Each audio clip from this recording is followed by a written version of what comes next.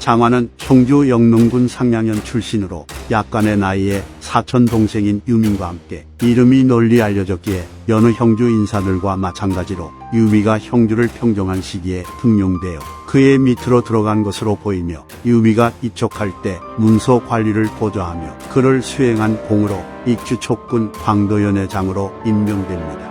그러던 어느 날 유비가 일찍이 익주 지역을 두루 돌아다니며 살펴보다가 문득 광도 지역에 이르렀는데 장환이 해야 할 업무들을 처리하지 않은 것을 보았고, 게다가 장환은 그 당시에 술에 취한 상태였기 때문에 유비는 매우 분노하며 장환을 죽이려 했다고 합니다.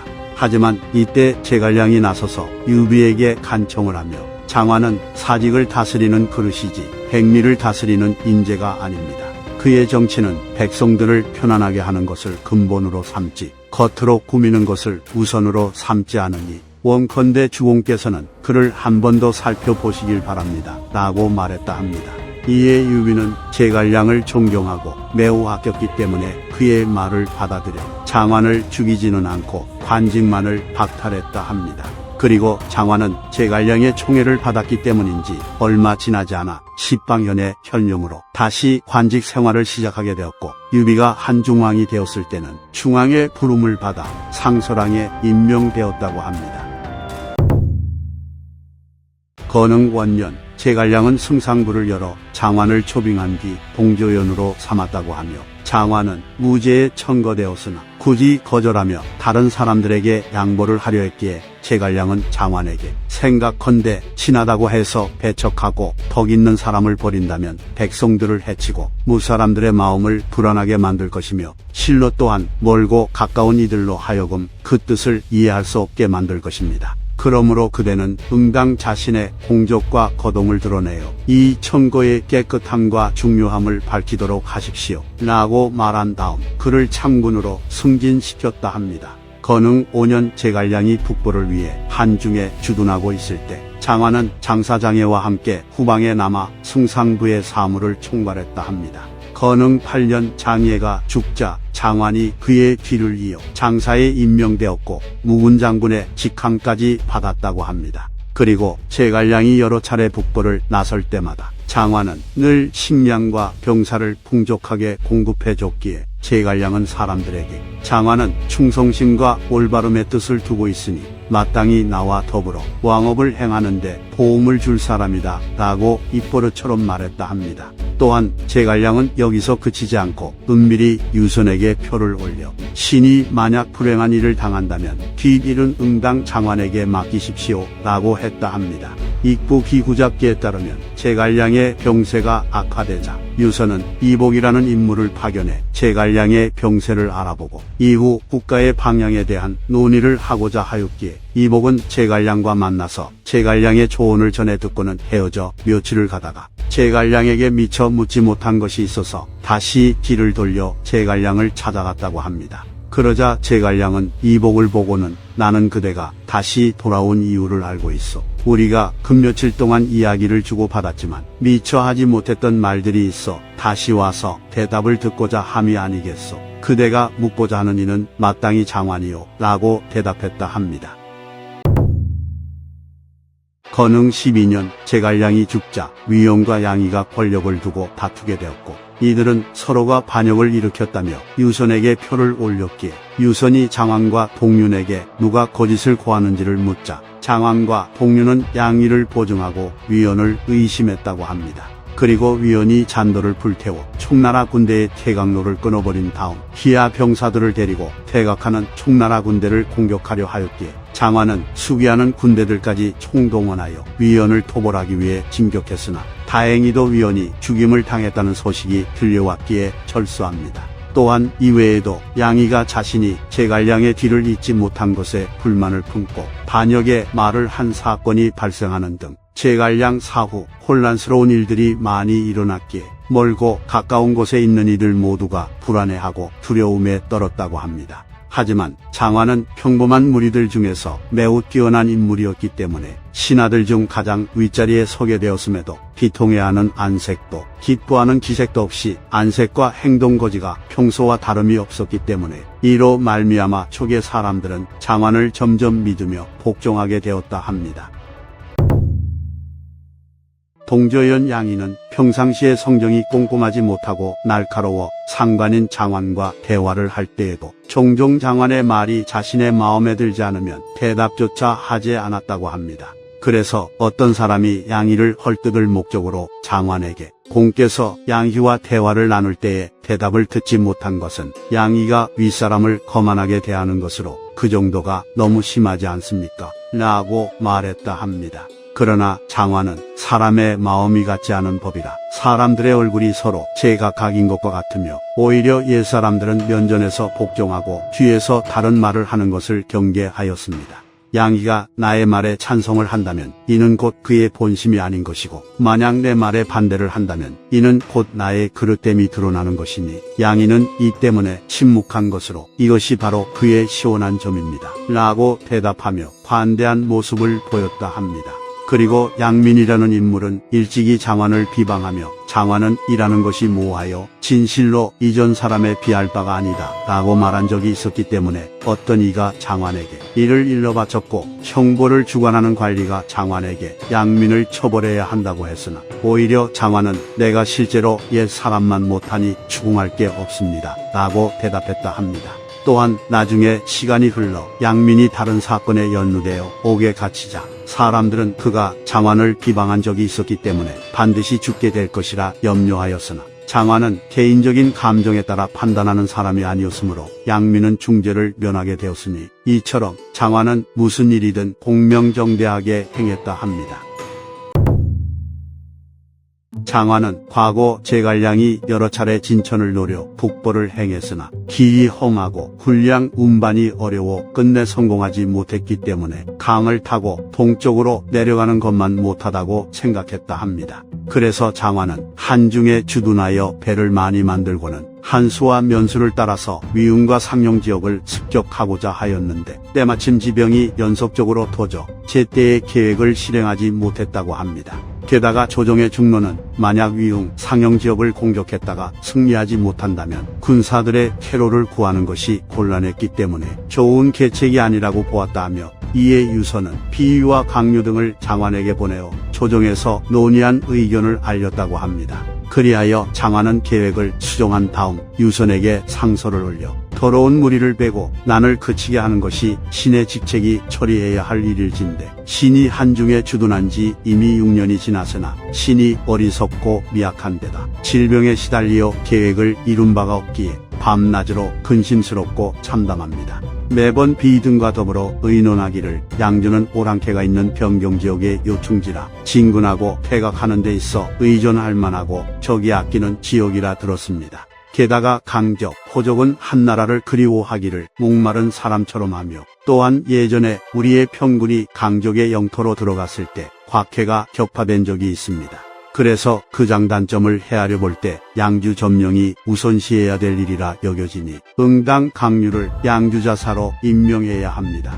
만약 강류가 출정한 다음 하서 지역에서 적들과 대치한다면 신은 군을 통수하여 강류를 위해 뒤에서 진수하며 뒷받침하겠습니다. 지금 익주 광안군 부현 지역은 물길과 육로가 사방으로 잘 뚫려 있어 긴급한 일이 있을 때에 잘 대응할 수 있으니 만약 동북쪽에 근심거리가 생긴다면 난을 제압하기 위해 달려가겠습니다. 라고 했다 합니다. 그래서 장환은 연해 6년에 부현에 주둔했는데 이후 질병이 더욱 심해지는 바람에 계획을 실행하지도 못하고 연희 9년에 세상을 떠났다고 합니다. 장환이 유비에게 지켜 면직된 시기, 그는 한밤중에 소 한 마리가 대문 앞에서 머리에 피를 철철 흘리는 꿈을 꾸었기에 기분이 매우 언짢아져 해몽가 조직을 불러서 꿈에 대해 물어봤다고 합니다. 그러자 조직은 장환에게 본래 피를 보는 것은 일이 분명해졌음을 의미합니다. 소의 뿔과 귀는 공짜의 형상을 하고 있으니 당신의 지위는 반드시 공에 이를 것입니다. 아주 길한 징조입니다. 라고 말했는데 훗날 장환은 제갈량의 뒤를 이어 높은 벼슬에 오르며 총나라의 정권을 잡았기에 조직의 말이 맞았던 것입니다. 제갈량은 강류의 재능을 칭찬하거나 훌륭한 인재를 잃은 것에 대한 슬픔을 표현하는 등의 사적인 대화를 나눌 때나 위나라에서 부황한 사람을 맞이하는 것과 같은 중요한 일이 있을 때면 항상 장환과 함께했다고 하니 제갈량이 장환을 아끼고 중용한 것이 이와 같았다 합니다. 장완의 장남인 장비는 총나라가 망한 뒤 종회의 밑으로 들어갔으나 종회가 위나라 병사들에게 죽임을 당할 때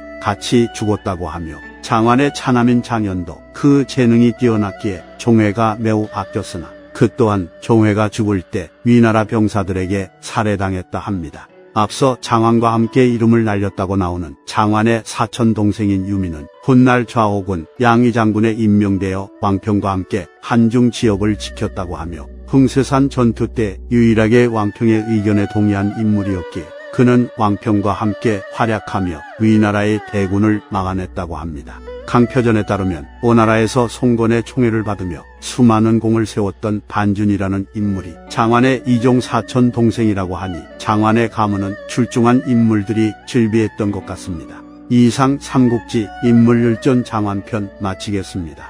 재미있게 보셨다면 좋아요와 구독, 알림 설정 부탁드립니다. 감사합니다.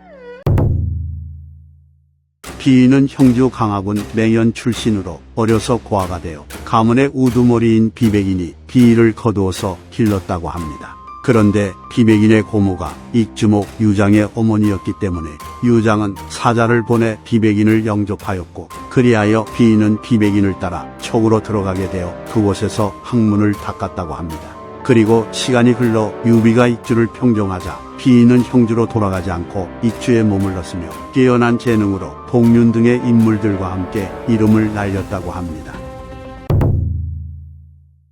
호정이 자식을 잃었다는 소식을 들은 비위는 동륜과 함께 장례식에 참석할 채비를 갖췄고 동륜은 부친인 동화에게 타고 갈 수레를 요청했다고 합니다. 그래서 동화는 그들에게 뒤쪽이 열려있는 매우 작은 수레를 주었는데 동륜은 수레가 매우 작고 볼품없었기에 타는데 난색을 표했으나 비위는 곧장 앞쪽에 먼저 올라탔기 때문에 동륜도 할 수 없이 수레에 탔다고 합니다. 그리하여 그들이 수레를 타고 장례식에 도착하니 제갈량을 포함한 여러 중요한 인사들이 모여 있었고 그들이 타고 온 수레는 매우 화려했기 때문에 동륜의 안색은 편안하지 못한 반면 비위는 어떠한 부끄러움도 없이 자연스러운 모습을 보였다 합니다. 이후 수레를 몰았던 이가 복귀하여 동화에게 장례식에서 있었던 일을 이야기해주니 동화는 동륜을 불러서 나는 항상 너와 비위의 우열이 구별되지 않는다고 생각했었는데 능히 지금 이후로 내 생각은 분명해졌다 라고 말하며 비위가 더 뛰어나다고 못 박았다 합니다. 유비가 유선을 태자로 세운 뒤 비위와 동륜을 태자사인으로 삼았다가 태자서자로 승진시켰는데 이들이 맡은 직책은 유비의 뒤를 이을 유선을 가까이에서 모시며 그를 보좌하고 수행하는 것이었기에 비위와 동륜은 이미 유비 때부터 후세를 책임질 인재로 인정받은 것이었습니다. 그리고 제갈량이 남방 정보를 성공적으로 마치고 돌아오자 수많은 신하들이 수십 리까지 나와서 제갈량을 영접했는데 비위는 그들 중에서 나이가 어린 편에 속했고 관직도 낮은 편에 속했지만 제갈량은 특별히 명하여 비위를 자신의 수레에 태워 함께 이동하였기에 이로 말미암아 어느 누구도 비위를 가볍게 보거나 함부로 대하지 못했다 합니다.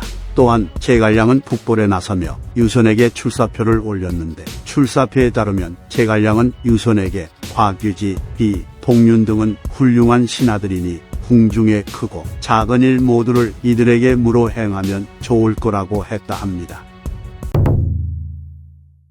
비위는 유비 시절에도 여러 번 오나라의 사신으로 파견되었다고 하며 그래서인지 제갈량은 남방 정벌에서 돌아온 뒤 곧바로 비위를 오나라의 사자로 보냅니다. 그런데 오나라의 군주인 송건은 언변이 좋고 익살스러워 거침없이 남을 조롱하는 스타일이었고 제갈각 등도 재주가 많고 말을 잘했기 때문에 이들은 사자로 온 비위에게 여러 사안에 대해 시비를 따져 논하며 비위를 압박했으나 비위는 옳은 말만 하였고 이치에 맞는 답변만 했기 때문에 손건과 제갈각 등은 끝내 비위를 굴복시킬 수 없었다 합니다. 그래서 송건은 비위를 매우 높이 평가하며 그에게 그대는 천하에서 아름다운 덕행을 지닌 사람이라 반드시 총나라 조정의 고객이 될 것이니 우리 오나라의 사신으로 여러 번 오지 못할까 걱정이요 라는 농을 던졌다고 합니다. 비위 별전에 따르면 송건은 비위가 사신으로 올 때마다 좋은 술을 먹이며 그를 취하게 만든 다음에 국정에 관한 일에 대해 물으며 여러 사안에 대한 논의를 하려 했는데 그때마다 비위는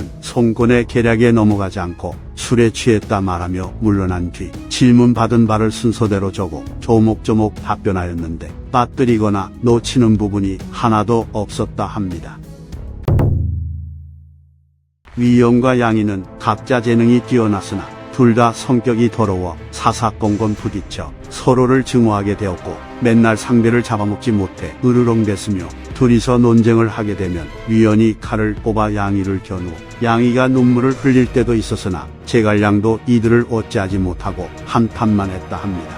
하지만 비위가 늘 그들의 사이로 들어가 간언하고 깨우치게 해 더 큰 불상사가 벌어지는 것을 막았다고 하니 이처럼 제갈량 살아생전에 위연과 양이가 각자의 재능을 잘 쓸 수 있었던 것은 비위가 그들을 잘 중재했기 때문이었습니다. 그리고 제갈량 사후 총나라 군대는 제갈량이 남긴 명령에 따라 양이의 통솔하에 퇴각하려 했는데 양이는 위연이 자신의 명을 따르지 않을 것을 걱정해 비위를 위연에게 보내 의중을 살피게 했고 비위는 위연이 명을 따르지 않고 돌발 행동을 할 것을 알아채고는 자신을 억류하려는 위연에게서 도망쳐 이를 양이에게 알려 사실상 위연이 몰락하는데 힘을 보태게 됩니다. 또한 나중에 제갈량의 후계자가 되지 못한 양이가 울분을 토하며 분노를 해댈 때 비위는 유일하게 양이를 찾아갔고 양이가 반역의 말을 하자 그것을 바로 조정에 알려 양이가 유배를 가게 만듭니다. 이처럼 비위는 위연과 양이를 잘 다뤘고 이들을 보내버리는 역할도 행했으니 위연, 양이의 전문가라고도 볼 수 있겠습니다.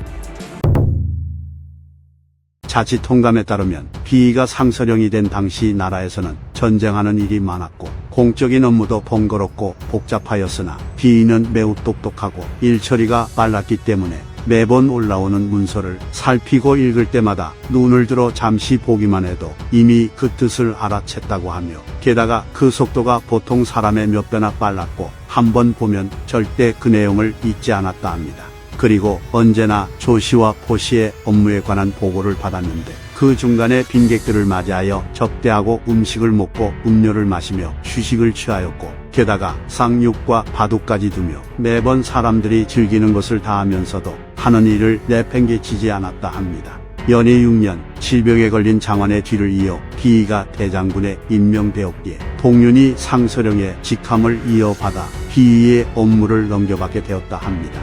그래서 동윤은 비위가 한 것을 배워서 그를 따라 하려 하였으나 열흘 만에 처리할 일 대부분이 틀어지고 어긋나게 되었기에 동윤은 사람의 재주와 힘의 차이가 나는 것이 이와 같은데 내가 어찌 할 수 있는 바가 아니다 라고 말하며 탄복을 했고 이후 하루 종일 일에 관한 보고를 받고 일을 했음에도 쉴 틈이 없었다고 합니다. 연희 7년 위나라 대장군 조상이 6에서 7만의 대군을 일으켜 낙곡을 통해 침공에 들어와 흥세 지역에 도착하였기에 비위는 지원군을 이끌고 진격하려 하였으나 광록대부 내민이 비위에게 와서 작별 인사를 하며 갑자기 바둑을 두자고 청했다 합니다. 그런데 당시는 긴급한 상황에서만 보내는 우격이 빗발치고 있었고 전군은 진격할 채비를 갖추었음에도 비위는 아무 말 없이 내민과 바둑을 돕고 오히려 열중하며 실증내는 기색이 없었기 때문에 내민은 비위에게 잠시 그대를 관찰하여 시험해 봤을 뿐이요 그대는 믿어도 좋을 사람이니 반드시 적을 물리칠 수 있을 것이요 라고 말했다 합니다. 한진 춘추에 따르면 비위는 군을 이끌고 빠르게 진격하여 조상의 군대보다 먼저 낙곡의 삼룡을 점거하여 위나라 군대의 퇴각로를 끊었고 이로 인해 조상은 힘껏 싸운 다음에야 간신히 도망칠 수 있었다 합니다. 게다가 소환말, 군량을 수송하던 자들 중 대다수가 죽어 수송을 맡았던 강족 등의 이민족들은 위나라를 원망하게 되었고 이 전투로 위나라는 관서 지역이 텅텅 빌 지경에 이를 정도의 타격을 입었다고 합니다. 따라서 홍세산 전투에서 위나라 대군의 진격을 막아낸 건 왕평의 공이지만 퇴각하는 위나라 군대를 추격하여 큰 피해를 입힌 것은 비위였던 것입니다.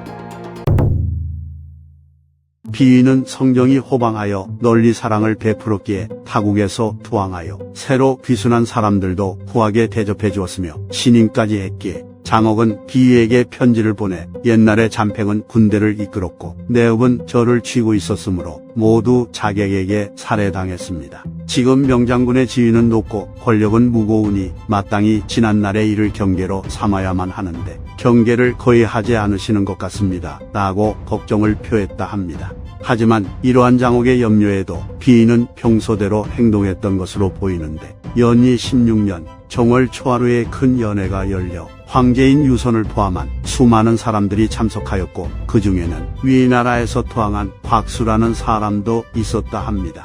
당시 비인은 매우 즐거워하며 술을 많이 마셔 만취한 상태였는데 갑자기 곽수가 자리에서 일어나 칼을 꺼내 비인을 찔러버리니 비인은 그 자리에서 숨을 거뒀다 합니다. 위시 춘추에 따르면 본래 곽수는 비이가 아니라 유선을 암살하려 하였으나 유선 가까이에 접근할 수 없게 되자 공 대신 닭이라는 마음으로 비이를 죽였던 것인데 결과적으로 총나라 입장에서는 더 큰 타격을 입게 된 것이었습니다. 비위 별전에 따르면 비이는 성정이 겸손하고 검소하여 집에 재물을 쌓지 않았고 자식들에게 모두 포위를 입히고 소식하게 하였으며 출입할 때는 수레와 말이 뒤따르지 못하게 했기에 비이와 그 가족들은 겉으로 봤을 때는 평범한 사람들과 다를 바 없었다 합니다. 강유는 매번 군대를 크게 일으켜 위나라를 치려하였으나 비이는 늘 제재하며 그에게 10,000명을 넘지 않는 병력만 줬다고 합니다. 한진 춘추에 따르면 비이는 강유에게 우리는 승상만 못하거니와 또한 많이 뒤떨어지어 나라를 보존하고 백성들을 다스리며 신중하게 사직을 지키느니만 못하오 라고 말했다 합니다. 하지만 비이가 북벌에 부정적이었다고만 말할 수도 없는 것이 그는 한중에 꽤 오랫동안 주둔해 있으며 성도에 머무른 기간이 거의 없었고 강유는 대규모의 군을 이끌지는 못했지만 비이의 지원 아래에서 수차례 위나라를 공격했기 때문입니다. 총나라의 대다수 인재들이 과로사로 죽어나갈 때 비이는 뛰어난 재능으로 오랫동안 살아남았기에 장기간 동안 촉을 이끌어 갈 수 있었을 테고 그러다 보면 제대로 된 북벌을 할 수 있는 기회를 잡았을 것 같은데 하필이면 암살당해버렸기 때문에 개인적으로 총나라 입장에서는 매우 아쉬운 부분이라 생각합니다. 이상 삼국지 인물율전 비위편 마치겠습니다. 재미있게 보셨다면 좋아요와 구독, 알림 설정 부탁드립니다. 감사합니다. 동유는 청주 남군 지강현 출신이지만 그의 아버지인 동화가 후한말에 가문 사람들을 이끌고 익주 지역으로 이주했기 때문에 익주에서 자랐던 것으로 보입니다. 그리고 동화는 능력을 인정받아 유장에게 중용되어 여러 현을 다스리는 역할을 맡아 훌륭히 책무를 잘 해내어 백성들의 사랑을 받을 정도로 뛰어난 행정가의 모습을 보여줬다고 합니다.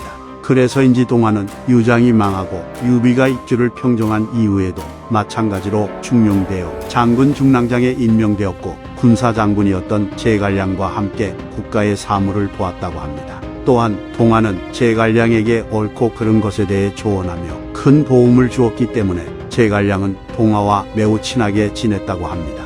이처럼 동유는 자신의 아버지가 나라에서 인정받는 존재였던 데다가 실질적인 사무를 총괄하는 제갈량과 친구였기 때문에 이와 같은 아버지의 후광을 받아 유선이 태자가 되었을 때 태자사인과 태자사마에 임명되었고 유선이 황제의 자리에 올랐을 때는 황문신랑으로 승진하는 엘리트 코스를 받습니다. 하지만 동유는 단순히 아버지의 후광만으로 승승장구한 인물은 아니었고 어렸을 때부터 비이 등과 함께 이름을 날렸다고 하며 특히 공명정대함으로 유명했다고 합니다.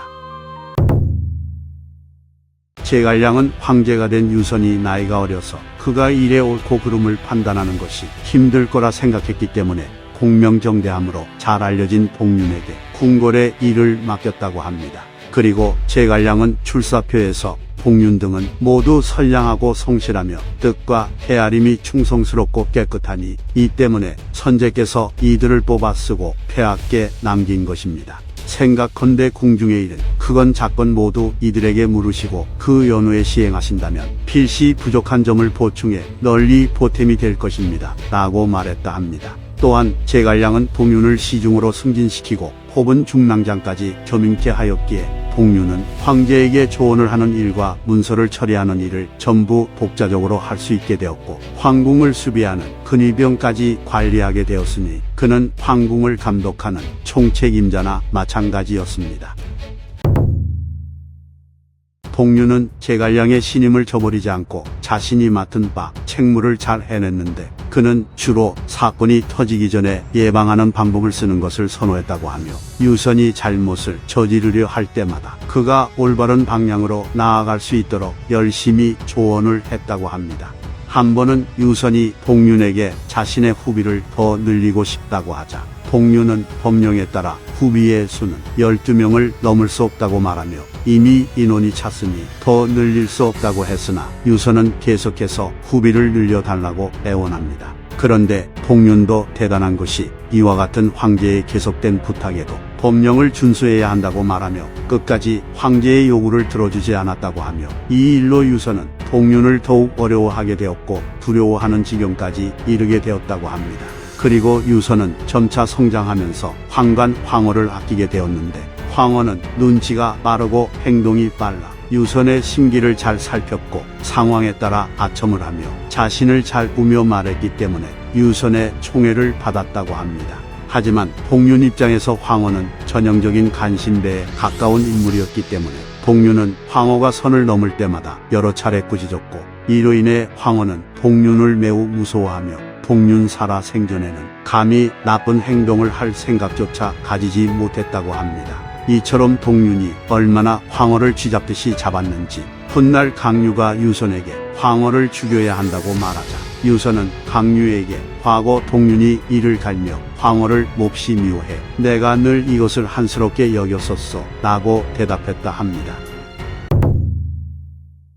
하루는 동륜이 비위와 호재 등과 함께 간만에 외출을 하여 연애를 즐기기로 하고는 수레를 대기시켜 나갈 채비를 갖췄다고 합니다. 그런데 때마침 동해라는 인물이 동륜의 집을 찾아와 인사를 하며 경의를 표했는데 그는 나이가 어리고 관직이 낮은 인물이었습니다. 그래서 보통 사람 같았더라면 선약인 연애를 우선시하여 신입 관료에게 간단히 인사만 하고 바로 연애를 즐기러 갔겠지만 동륜은 나가는 것을 멈추고 동해를 접대하며 그와 대화를 나누려는 각을 잡습니다. 이에 동해는 자신 때문에 동륜이 연애를 즐기러 가지 못하고 비위와 호재 등과 같은 고위급 관료들이 기다리고 있는 것을 보고는 몹시 불안해하며 자기는 이만 돌아가겠다고 했는데 동륜은 그가 떠나는 것을 허락하지 않았다고 합니다. 그리고는 동해에게 본래 내가 연애를 열려고 한 목적은 좋아하는 선비들과 환담을 나누기 위해서였어. 지금 그대는 벌써 자신을 굽히고 쌓아놓은 것을 말하려고 왔으니 그대와 대화를 나누지 않고 연애에 가는 것은 합당한 처사가 아니요 라고 말한 뒤 대기시켜 놓은 수레를 다시 제자리에 놔두라고 명령했기 때문에 비위 등도 연애를 열 계획을 접었다고 합니다. 이와 같이 동륜은 정직함을 지키고 아래 선비들에게 겸허하게 대했다고 하는데 동해 입장에서는 매우 불편했을 것으로 보입니다. 앞서 언급되었듯이 동륜은 형주 출신이었지만 아버지인 동화 때문에 익주로 이주한 것으로 나오는데 신기하게도 본래 그의 선조가 익주 파군 강주 출신이라고 합니다. 일찍이 제갈량이 죽고 장환이 정사를 총괄하던 시기 장환은 유선에게 상소를 올려 동륜은 안에서 황제를 여러 해 모시고 황실을 보좌했습니다. 마땅히 그에게 자기와 봉토를 내려 공로를 포상해야 합니다 라고 말했으나 동륜은 해야 할 일을 했을 뿐이라고 말하고는 간곡히 사양하며 포상을 받지 않았다고 합니다. 연희 6년에 동륜은 세상을 떠났고 총나라 사람들 중에서 동륜의 죽음을 추모하지 않는 사람이 없었다고 합니다. 화양국지에 따르면 총나라 사람들은 제갈량, 장환, 비위, 동륜을 사상으로 삼고 사형이라 칭했다고 합니다. 동륜의 후임으로 들어온 진지라는 인물은 능력은 좋았으나 그는 동륜과 달리 황허처럼 유선에게 아첨을 했고 황허와 사이좋게 지냈기 때문에 유선은 진지를 총애하게 되면서부터 진지와 동륜을 비교하게 되어 과거 동륜이 황제인 자신을 무시했다고 생각해 동륜이 이미 죽은 뒤였는데도 불구하고 그를 원망하는 마음이 계속 커졌다고 합니다. 물론 그 사이에 황허가 죽은 동륜에 대한 참언을 유선에게 계속한 것도 유선이 동륜을 증오하게 된 이유 중 하나였습니다. 훗날 동륜의 손자 동경은 사마염의 진나라에서 파서태수가 되었다고 합니다. 정사 삼국지의 저자인 진수가 말하길 동륜은 군주를 바르게 보좌하고 도의를 얼굴에 나타냈으니 촉의 훌륭한 신하이다 라고 했다 합니다. 이상 삼국지 인물열전 동윤편 마치겠습니다. 재미있게 보셨다면 좋아요와 구독, 알림 설정 부탁드립니다. 감사합니다.